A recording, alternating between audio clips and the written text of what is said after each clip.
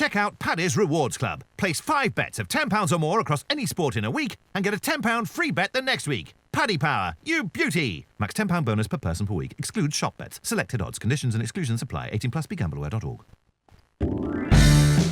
Hi there, welcome along. It's the Racing Post Weekend Football Postcast. The team this week is me, Bruce Millington, him, Mark Langdon, and him, Dan Childs. We've got none from Paddy Power this week, so I'm going to be the Paddy Power reader outer of prices as well. It's FA Cup weekend, and thankfully, after what happened in the previous round, Man United are back on the box, and justifiably so, because they've got a fantastic tie down at Yeovil. We will be looking at that, plus 5 other live games. Hopefully the boys have been studying, looking right down the leagues into Scotland, right across Europe for the best value bets. And you've got a chance to win a £25 free bet with our sponsors, Paddy Power. First though, we're only doing 4 questions this week because there's only 2 of you. Okay, so you get 2 each. And then you get to do the one you wish you'd been asked. And we'll start with you, Dan. Yeah. Do you think the National League, the Nations League, not the National League. Do you rate the Nations League? Do you think it's a good idea? Are you looking forward to it? I think I wouldn't go as far as to say I'm desperately looking forward to it, but it's got anything that's an improvement on the friendly calendar has got to be a good thing. You know, there's more competitive games. I think the upside is that it gives some of the lower teams, especially in League 4, the real minnows that have got a shot at getting through to the Euros. I don't think any of them 16 teams at the moment have ever qualified for a major tournament. But do you think that's right? I mean, it's all very well saying, isn't it going to be great? Andorra are going to be at the Euros. Yeah, but I mean, yeah.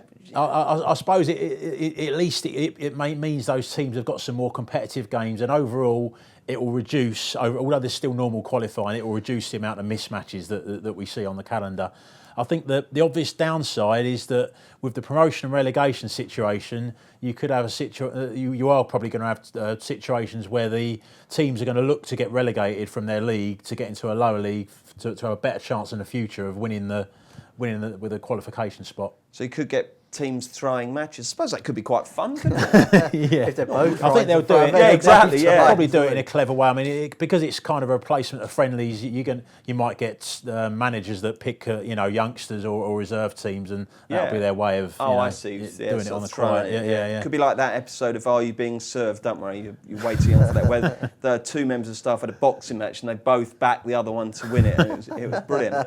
Mark Langdon. Has Dele Alli been the season's biggest disappointment, or am I only ever seeing him when he plays badly? He was shocking on Sunday, Terrible. wasn't he, against Southampton? But not for the first time. No, it's not. I mean, I think there's. He was actually just beginning to show signs, I think, of coming good. I think there's a couple of reasons. Maybe there's a not quite second season syndrome, but he reached such heights previously that he's now a marked man. I think that is influencing him. I also think he's playing too far forward, actually. He's almost, if you have a look at it, he's beyond Harry Kane half the time. And I always thought he was at his best coming onto the ball rather than being somebody that's quite high up. And because he can actually do one of the 2 in holding quite well, can't he? It used to be him and Dyer, didn't Tottenham's arguably their best performance this season was the 4-1 against Liverpool when he did play in that role. Much deeper, scored a goal.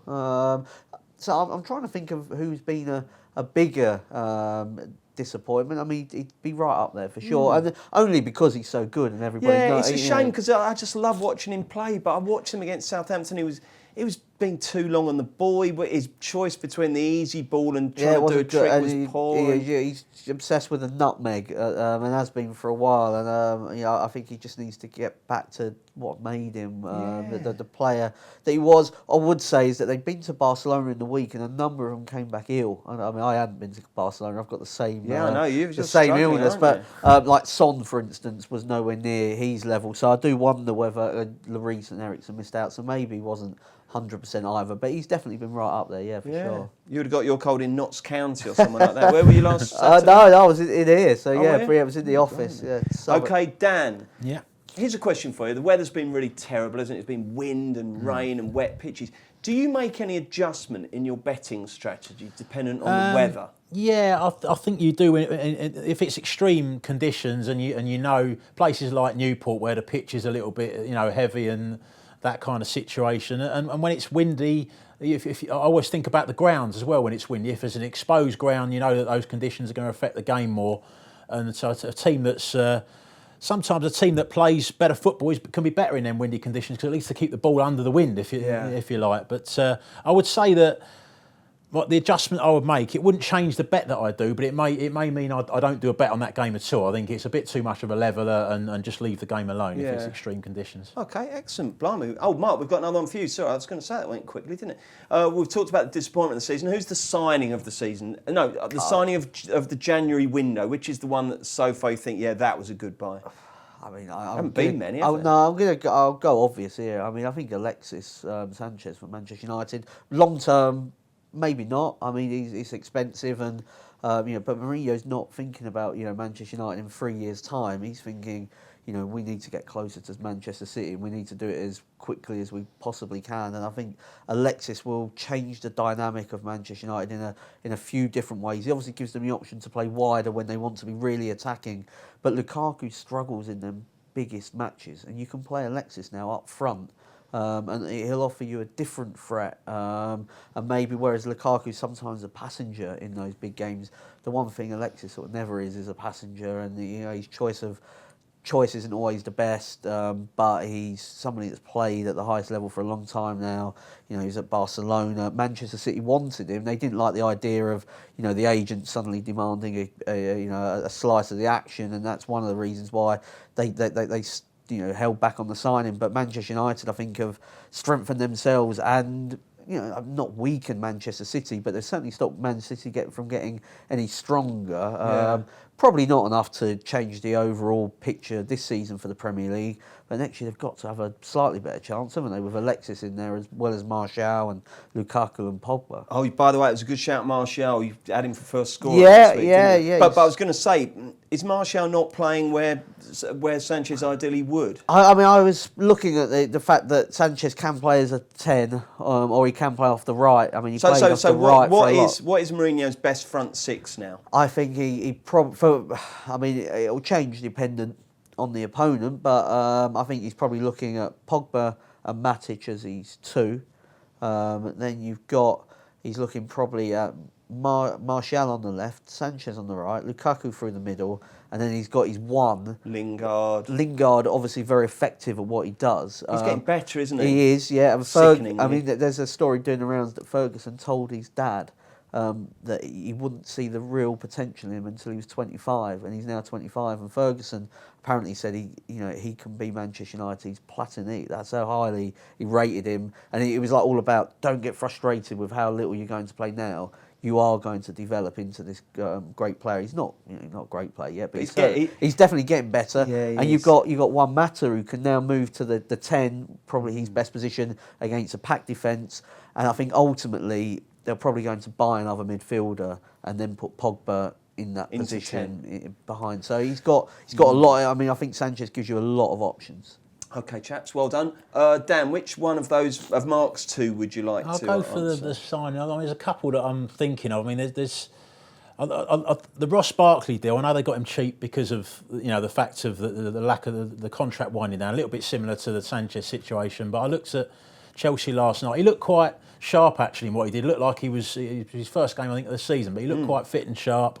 And I just think that Chelsea is so lacking players at the moment in that position. Their squad's quite thin that he could be really important to them over the rest of the season. When you say, because it was interesting against Brighton, he went back to 3-4-3, which is the formation that made them champions last year, rather than playing the extra boring midfielder. And they instantly turned it on and looked fantastic. Now they play with a false 9 against Arsenal. But are you saying Barkley would give them an option in the Pedro Willian? And he can probably play in the deeper position if needs be as well. I think when Spurs were looking at signing him, Pochettino was looking at playing him in the Dembele role. So he's not just a player that plays in that Cesc Fabregas position, if you like. So you think Barkley's a good signing? I think he could be a good signing.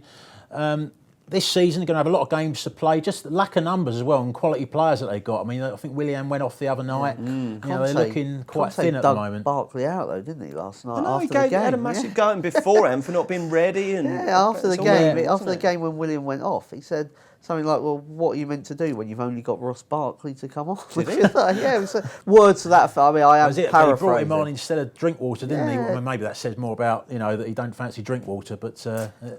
I tell you what, Conte's very seems a angry, bit isn't he? troubled, He's doesn't he? very angry. He needs to calm down a little bit. Do you think Chelsea look better in blue socks or white, lads? I've got a very strong view on football kits. I don't think the socks should ever be lighter than the shorts. I think it ruins a kit. And I just Chelsea looks smarter in all blue to me. It feels more Chelsea. I don't know if it's smarter. Yeah, It feels I prefer the one cut. I always like it in Spurs in Europe when they play in the all-white strip. So, yeah. Jolly good. And Mark, which of Dan's did you want to take? I'd take the Nations League one, and I think it's a good idea. I mean, if you go back to when the European Cup first started, English teams weren't allowed to enter because they thought it was a joke. And Really? Chelsea were the first team actually, and they were like, oh no, we're not. Why would we go and enter that? And I think you've always got. Maybe in sort of, particularly in England, there seems to be this kind of, why would we want to do that to everything? World Club Championships, another one, isn't it? Yeah, I mean, it's just, well, why do we need to do that? And then of course indeed the Europa League even. Yeah, we're all down on that. Yeah. So it's the competition. I mean, people's idea of what's wrong with international football is too many mismatches and too many international friendlies. Well, this gets rid of both of those ideas. Now, I'm not saying it's perfect, and gives us a nice summer focus as well, doesn't it? They'll be good, that June finals, won't it? Yeah, I mean, it's got to be better than them playing these meaningless friendlies, and maybe it will become a competition that becomes as strong as who's to say that winning the nation? Would winning the Nations League be that much worse than winning a European Championship? Couldn't agree more. I will though, Mark, ask about your weather thoughts. Yeah, I'm interested in that. No, more the pitch. I think the pitch is the one. I mean, Luton, for instance, turned up at Port Vale before was it just after Christmas? I mean, it was in between that sort of festive period. Just as well it was after, because I don't think your kids would have had any presents. No, it was, and it was one of them situations where they've turned up. The pitch is terrible. They're a footballing team, and they're just rolled over by a physical. And it's a double whammy there because not only is it a heavy pitch, it's a very big pitch as well, so it's extremely heavy on the legs as well. And I think that when they turned up, they just thought, well, we've got Lincoln in a couple of days. Let's just rest all of our best players and make sure we win that game. And I think there is the pitch would be more because there's not much you can really do. Unless you're there, judging the wind is very difficult, isn't it? So, but I think the pitch is something, and with hindsight, that was something that maybe I could have worked out beforehand. Have you ever been to Port Vale? Yes. Have you? Yeah. Have you both been? Yeah. Is it nice? No. Okay. Right, let's turn our attention to the FA Cup. It's the fourth round. Before we get stuck into the matches, I'll give you a quick blast from Paddy Power on the outright. Don't forget, obviously, other prizes are available with other bookmakers, but this gives you a clue as to what the general shape of the market is right now. 11-4 Man City, 4-1 Man United, 5-1 Chelsea, 5-1 Liverpool, 11-2 Tottenham, then a gap to 16-1 Leicester, who one of you put up for it, didn't you? We both Both went for it. both. Okay, 33-1 Soton, 40-1 Watford, 45. West Ham and Newcastle. You know I'm going to keep going until I get to. Or are we already out? No, we're out. You're out. Stop. 50 Swansea, 60 Huddersfield, 60 Brighton, 60 West Brom, 90 Bar. Any fresh outright thoughts, or are you quite happy with your Leicesters? I would have gone for. I think Liverpool. I think what they did to Manchester City shows that they are. Obviously, they lose to Swansea, but I always like the fact of can you actually, because you will have to beat a big team at some stage. Can you go and beat a big team? And I think Liverpool have shown time and time again that they are. Their range of performance is quite. Manchester United very consistent. It's going to be between like a 6 and an 8 most weeks, whereas Liverpool can be a 10 or a 3. Yeah. But I think in the cups that may be to their advantage, and I think that the market would have them down as as good as say Manchester United and Chelsea in a purely match by match basis, and that's maybe not reflected in the outright. Okay, so you're Liverpool with a side order of Leicester. Where are you down? I'd go my originals, which were Man United and Leicester. I'm still happy with Man United. I think down to the squad depth really there. I think if you look at a second 11 among those big teams, I think they're probably as good as, if not the strongest of the lot. That will help, especially when it's the cup ties are coming near the Champions League dates. Well, all the big five in the cup, of course, are still in the Champions League. Exactly. So the old congestion's going to come. Exactly, that's going to come into play, and I think Leicester. Funny enough, picked quite a weakened team at Fleetwood in the first game, went stronger for the replay. I think they'll pick stronger teams as it goes on because they're comfortable in the Premier League. I think that they look a big price at 16s. OK, so the first of the 6 televised cup ties takes place at 8 o'clock. It's on BBC One and it's Yeovil versus Manchester United. And I will mention this. Paddy Power have got a special offer. Is money back as a free bet on first goal scorer, last goal scorer or any time goal scorer plus correct score and indeed Watts odds Paddy, which is the kind of you choose your market thing. If Man United beat Yeovil, which you'd think they will, max refund £10 or €10 per customer. What's not to like with that one? OK, the match prices from Paddy Power 1-8 Man United, 20-1 Yeovil, 15-2. Mark Langdon, how easily will Man United win this, I think it'll be round about where the sort of handicap is. The one I was looking at was splitting the stakes in the correct score between 2-0 and 3-0. United are keeping a lot of clean sheets at the moment. Obviously, Romero will play in goal, but he's Argentina's number 1, so it's hardly, they're not playing an absolute donkey in there. And I think the rest of the team will be quite strong. It was against Derby in the last round. Yeovil have picked up in terms of their attacking output, but that's in League Two. So 2-0, 3-0 look the most obvious plays to me. 2-0, 11-2, 3-0, 6-1. Dan? Yeah, I'm kind of a bit influenced by the pitch actually here. I mean, look, it's going to be one of those grounds where the pitch at Yeovil isn't one of the best in. They used to have a slope at the old place. I think it's still at the Huish Park, same ground. So I don't know how much of that's been changed at all. I would imagine it's still there, but the pitch isn't great there, and I just think United will win the game comfortably enough. But I'm not sure it'll be a massacre. The type of scoreline. They're quite hard work inside. Yeovil defend reasonably well. One of their main attacking threats, Otis Khan, is actually suspended. Got sent off in the last match at home to Chesterfield, so he's out of the game. So that takes away their attacking threat even more.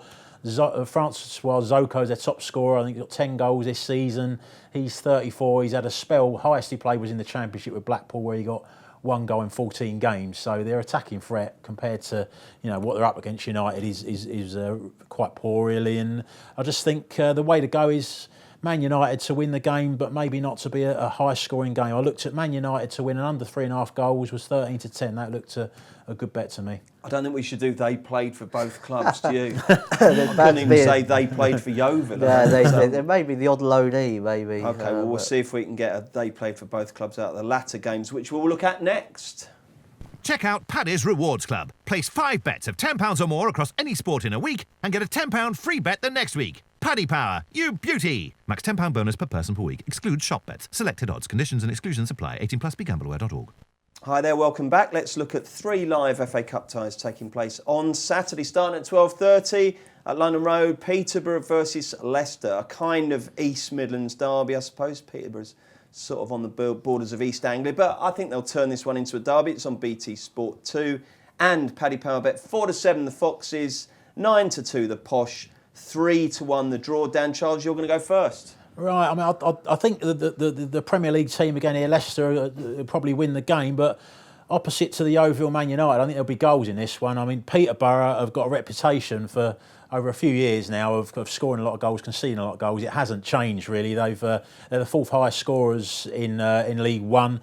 They've got the 2nd worst defence among the top 9. They're just on the fringes of the playoffs at the moment. So.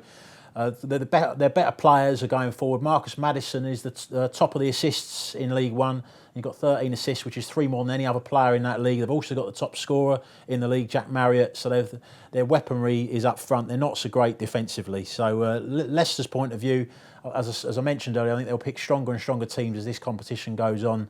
Got such a threat with the likes of Vardy, Mahrez going forward. I think they'll have too much for that weak Peterborough defence. They'll win the game.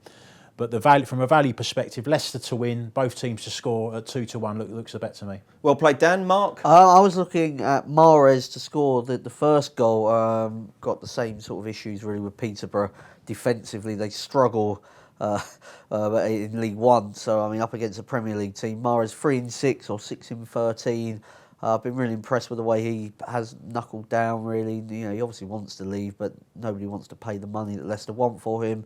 But the interesting thing, I think, as well, is that, of course, against Fleetwood, I was very surprised when Puel didn't name a strong team in that game. Now, I'm just slightly nervous about whether he's going to do the same again, so I don't want to be backing Leicester at the short price. I mean, if you back Mahrez, obviously if he doesn't play, you get your money back. So that was sort of a defensive play, if you like. That. What if it's 0-0 and he comes on with 10 minutes to go? Well, I mean, obviously then you're in a bad, you're in a worse spot. But I don't really see him only if they don't start. No, well, I mean, I think as well though that I'd be surprised if that happened. I mean, more often than not, you know, if I'd be surprised if that game was 0-0 with 10 minutes to go. Okay, fair enough. Given the way that they play. So Riyad Mahrez at 11-2. Yeah, I thought. FGS. I mean, it's him or Vardy, isn't it, for Leicester? And I just thought Mahrez at the price. Righty-ho, your boys are in action next, lads, both Spurs fans, and they are at Newport County. Again, BT Sport 2,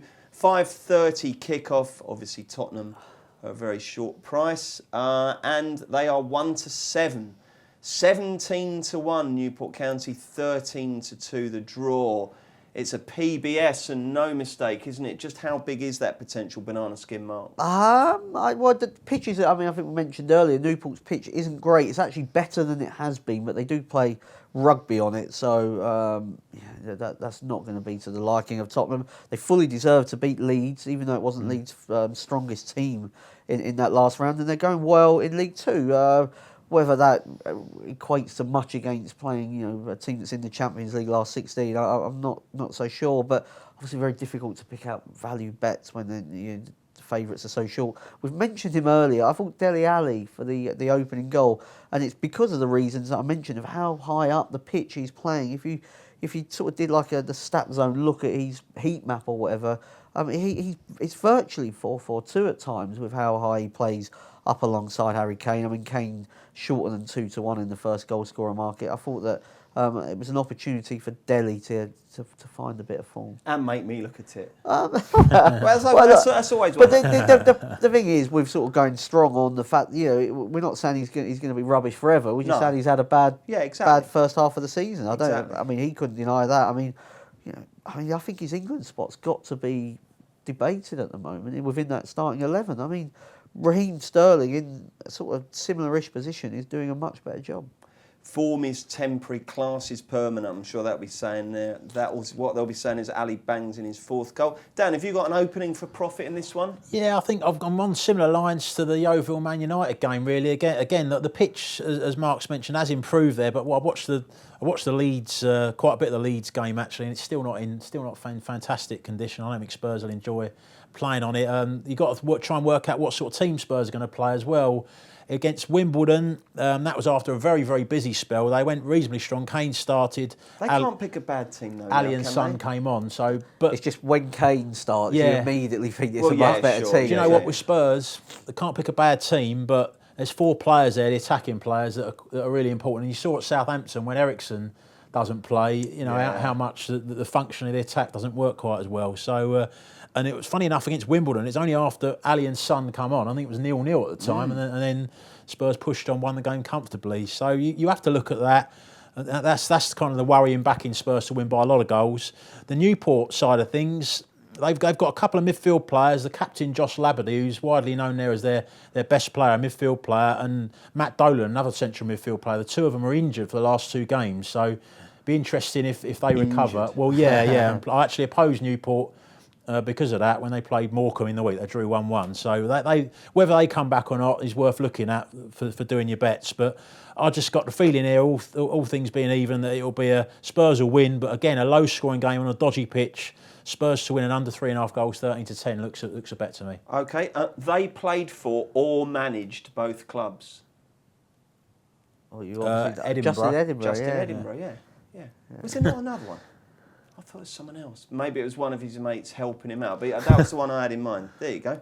7:45, Liverpool versus West Bromwich Albion. Again on BT Sport 2. So we've got a nice Saturday night cup tie. And again, we've got a short price favourite. Liverpool 1-4 with Paddy Power. The Throssels are 9-1 and it's 9-2 the draw. Can there be a shock here? Mark Langdon.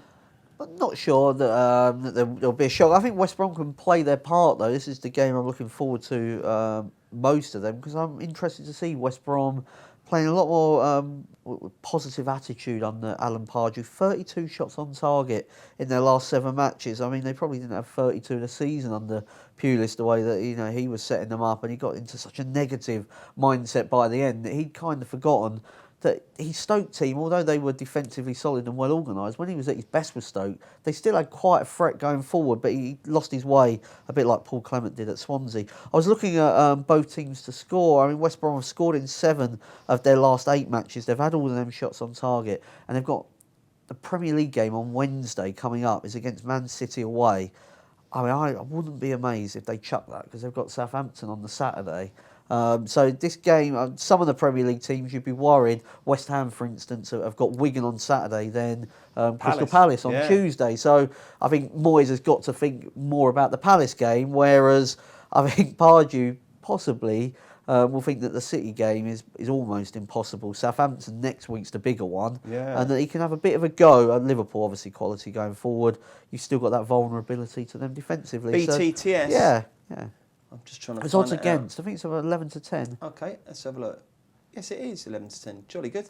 And I mean, I've obviously got some experience of Pardew following Pulis into a team, because when Pulis was Palace's manager, the 3 central midfielders, so it was 4-2-3-1, but he would play what we used to call McJedley, which was Joe Ledley, Jedinak and Jimmy Mack, who are all pretty much defensive midfielders. And all he did was he switched one of those 3 out and put a more attacking player in the 10, and they just automatically became more forward-thinking. And I guess the similar thing has happened with Pardew. I mean, Rondon gets a lot of stick at West Brom for not scoring many goals, but he's completely isolated. We've got players around him now, and he becomes a much more effective. And Pardew's got a good cup record. Took you to Palace to a cup final, also took West Ham to a cup final as well. So he's somebody that can do it with, in the inverted commas, sort of smaller clubs. And scored the greatest goal in Crystal Palace's history in the FA Cup semi-final against Liverpool. Dan Charles, what's the bet in Liverpool versus West Brom? I'm a bit more sweet on a comfortable Liverpool win here. I just think I'm not as certain that West Brom will go strong lineup for this game. The City game's a really, really tough one, but City do play at Cardiff on the Sunday. They've also played at Bristol City this week, so their kind of schedule, although they're a very good team, very good squad, might just be start to catch up with them a bit. So then, I mean, it's going to be highly unlikely West Brom will get a result there, but maybe they'll think they can nick something. But I think they might rest quite a few here.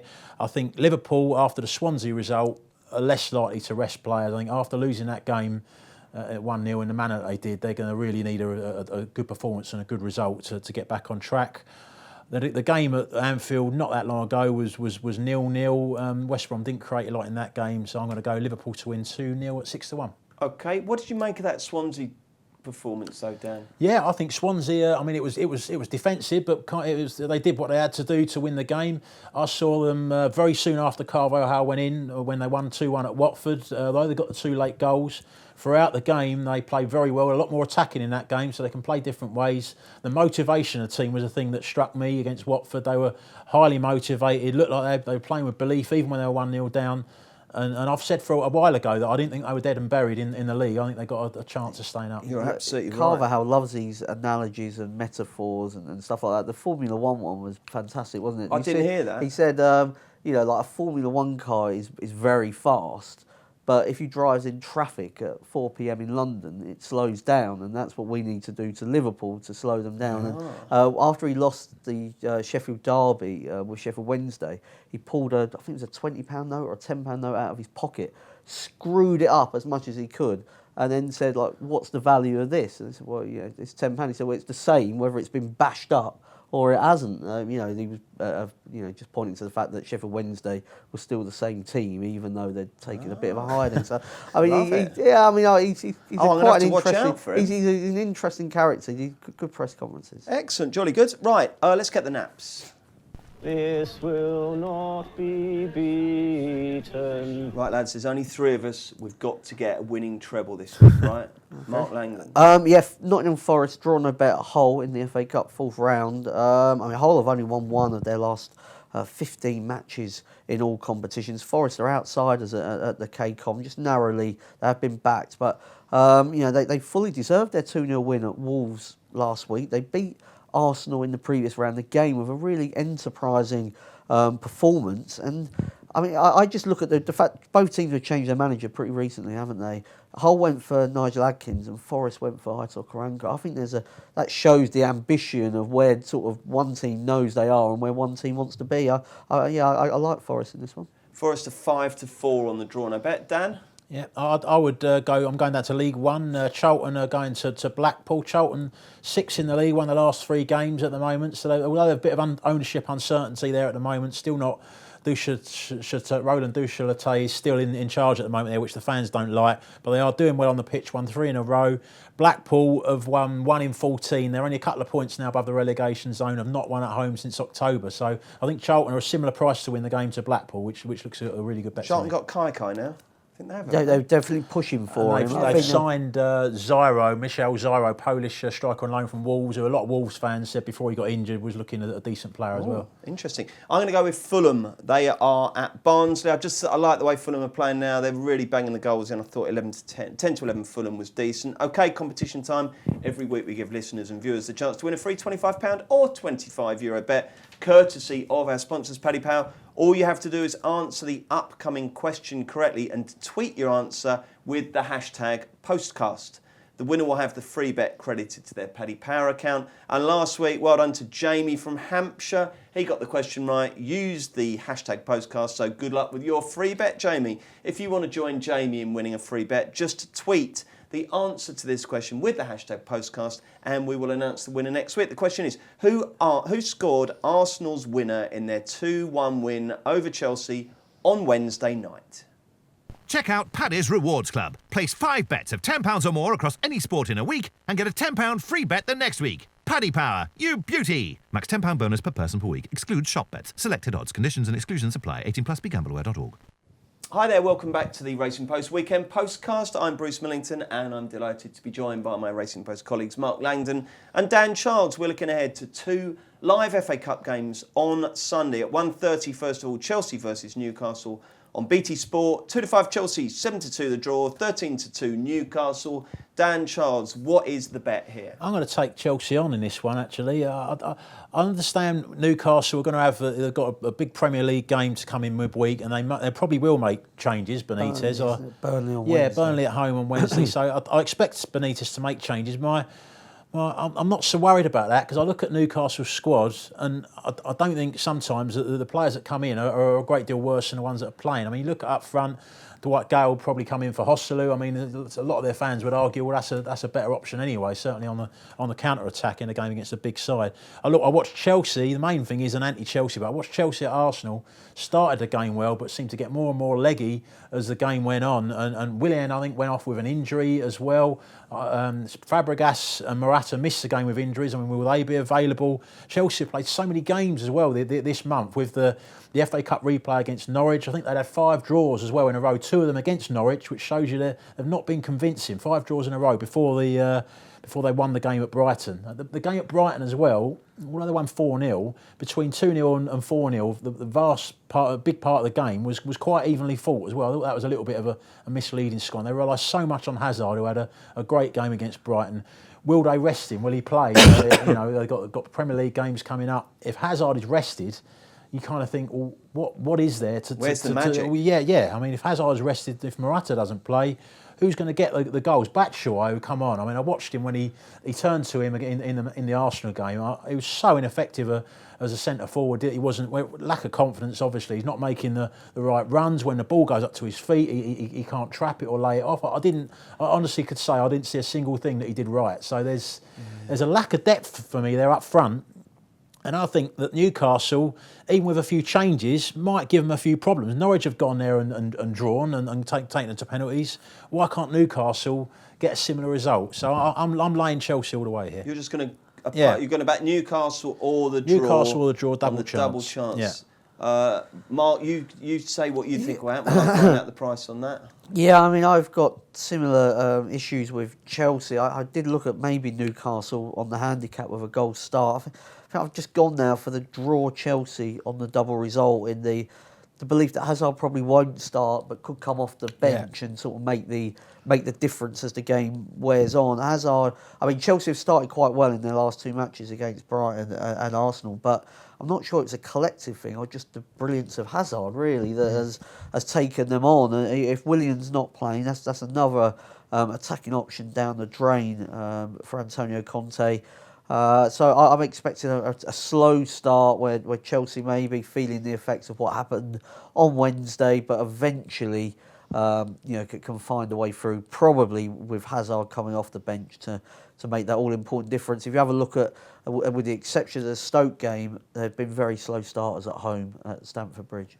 Okay, try as I might. I can't. The double chance is 9-5. Newcastle and draw. I haven't got a clue what draw. It's about 7-2. Yeah, 7-2 it normally is. Okay, let's look at the 4 o'clock game then. It's Cardiff versus Manchester City. That should be interesting. BBC One have chosen that one, and let's get some prices there. Oh my God, I'm never going to make a bookies PR. Hang on. FA Cup. Here we are. 1-4 Man City. 9-1 the Bluebirds. 9-2 the draw, and Dan Childs, you can go first again. Yeah, I'm going to go. Could we get a shock here? I'm going to go for another shock result here. I'm not as confident as I am with the Newcastle at Chelsea, but the prices reflect that with City being even shorter to win the game. The reasons why I looked at I was kind of expecting him to rest more for the Bristol City game, more players and maybe have strength on the bench. Sterling was left out, but it was a very, very strong lineup, and the fact that he played such a strong team there, and they've got a Premier League game, against West Brom, but a Premier League game, he generally picks his strongest teams for any of those on the Wednesday. I'm thinking that he's probably going to go to Cardiff and play your likes of Yaya Tourés, who haven't played a lot this season. It might be a team. When he's played that type of side, they drew against Wolves 0-0 in the EFL Cup earlier in the season. So I'm looking at it thinking City could be a little bit more vulnerable than normal here. And from the Cardiff point of view, some people might look at it and say, well, they're pushing for promotion. Maybe he'll rest players as well. Warnock, they've also got a game in the week.